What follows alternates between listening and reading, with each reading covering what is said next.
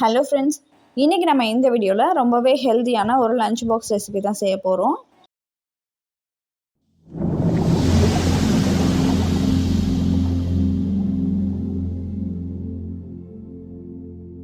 Main டிஷ்க்கு வரகரிசியை use பண்ணி vegetable pulao பண்ண போகிறேன். இந்த புலாவுக்கு நான் இன்றைக்கி 1 கப் அளவுக்கு வரகரிசி எடுத்திருக்கேன். இதை ஒரு 2-3 டைம் நல்லா கழுவிட்டு அதை அரை மணி நேரம் ஊற வச்சுக்கோங்க. அடுத்ததாக ஒரு அகலமான கடாயில் 2 டேபிள் ஸ்பூன் அளவுக்கு எண்ணெய் ஊற்றிக்கோங்க. எண்ணெய் சூடாகணும் அப்படின்ற அவசியம் இல்லை, ஏன்னா நம்ம இந்த புலாவ் ஒயிட் கலரில் பண்ண போகிறோம். எண்ணெய் சூடாயிடுச்சு அப்படின்னா நம்மளோட புலாவோட கலர் சேஞ்ச் ஆகிடும்.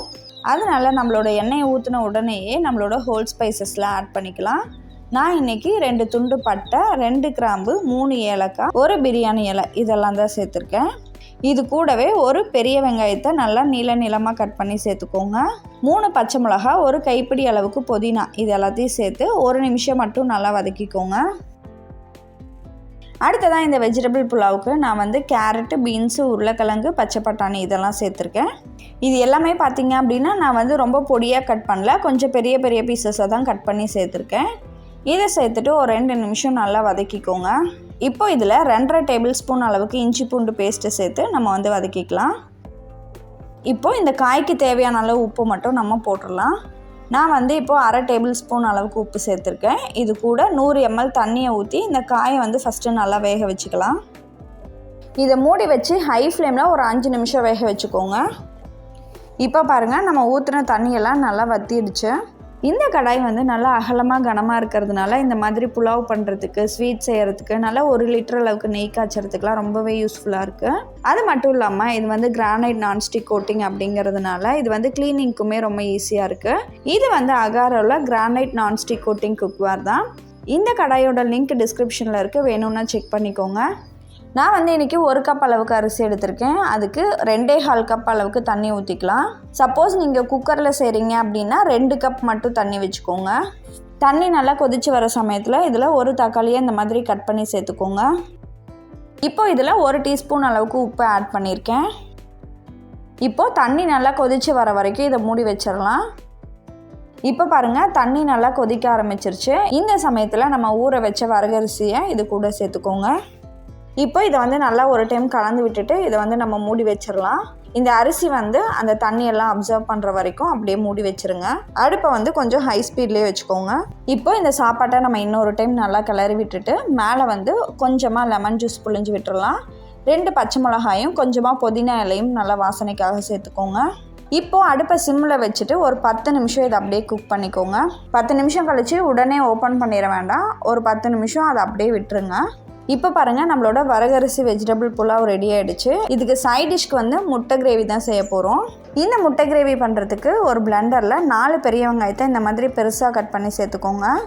இது கூடவே நல்ல பெரிய சைஸ் பூண்டாக இருந்தது அப்படின்னா ஒரு 12 பூண்டு சேர்த்துக்கோங்க.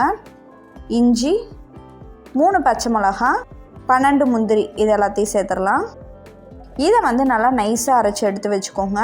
அடுத்ததாக ஒரு கடாயில் 3 டேபிள் ஸ்பூன் எண்ணெய் ஊற்றிக்கலாம். 1 டேபிள் ஸ்பூன் பட்டர் சேர்த்துக்கோங்க.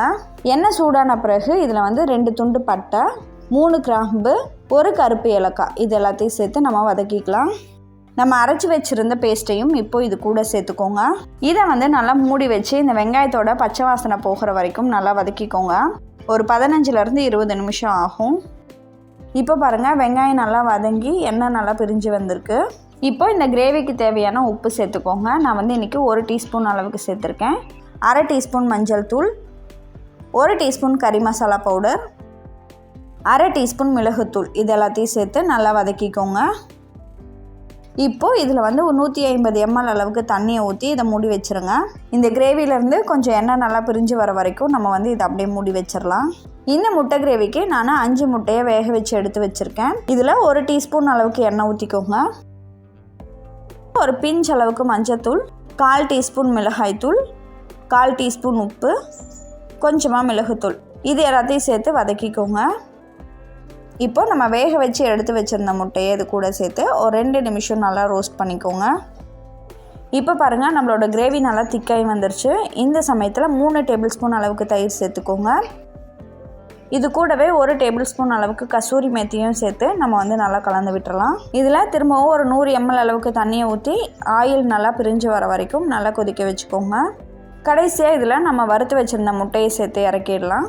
இந்த புலாவுக்கு நல்லா சூட் ஆகிற மாதிரி ஒரு சூப்பரான முட்டை கிரேவியும் நமக்கு ரெடி ஆகிடுச்சு. இப்போது நம்மளோட லஞ்ச் பாக்ஸில் நம்மளோட புலாவை போட்டுடலாம். அடுத்ததான் இந்த குட்டி கப்பில் வந்து நான் கிரேவியை ஊற்றிக்கிறேன். கொஞ்சமாக நான் வந்து இன்றைக்கி ஆப்பிள் எடுத்து வச்சுருக்கேன், தோல் சீவி கட் பண்ணி எடுத்து வச்சுருக்கேன், அதை வந்து வச்சிடலாம். இதில் வந்து நான் ஒரு 4 டேட்ஸ் மட்டும் சேர்த்துருக்கேன். இந்த லஞ்ச் பாக்ஸில் நமக்கு 535 கலோரி கிடைக்குது. ஒரு நாளைக்கு தேவையான ஃபைபரில் பாதி அளவுக்கு நமக்கு இதிலேருந்தே கிடைக்குது. ப்ரோட்டீன் கொஞ்சம் கம்மி தான். அதுக்கு ஆப்பிளுக்கு பதிலாக நீங்கள் 100 கிராம் அளவுக்கு பச்சை பயிறு சேர்த்துக்கிட்டிங்கன்னா நமக்கு டோட்டலாக 25 கிராம் ப்ரோட்டீன் கிடைக்கும். இந்த லஞ்ச் பாக்ஸ் ரெசிபியை நீங்களும் உங்கள் வீட்டில் ட்ரை பண்ணிவிட்டு உங்களோட ஃபீட்பேக்கை கமெண்ட்டில் சொல்லுங்கள். நன்றி.